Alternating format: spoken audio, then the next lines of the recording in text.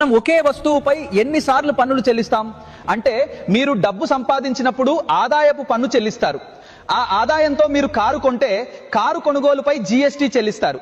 Car కొన్నప్పుడు road పన్ను కూడా ప్రభుత్వం మీ నుండి వసూలు చేస్తుంది.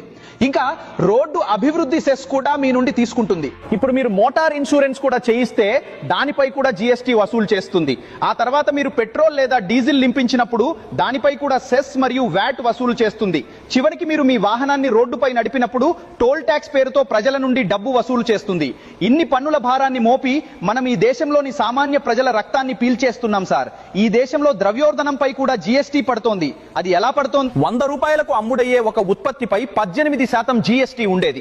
ఈ రోజు ఆ వస్తువు ధర పెరిగి 100 నుండి 150 రూపాయలకు అమ్ముడవుతుంది. 150 పై 18% జీఎస్టీ విధించారు. పెరిగిన 50 పై కూడా జీఎస్టీ వసూలు చేస్తున్నారు. ఇది ద్రవ్యోల్బణ జీఎస్టీ. ఆర్థిక శాస్త్రంపై అవగాహన లేని వారి అభిప్రాయాల ఆధారంగా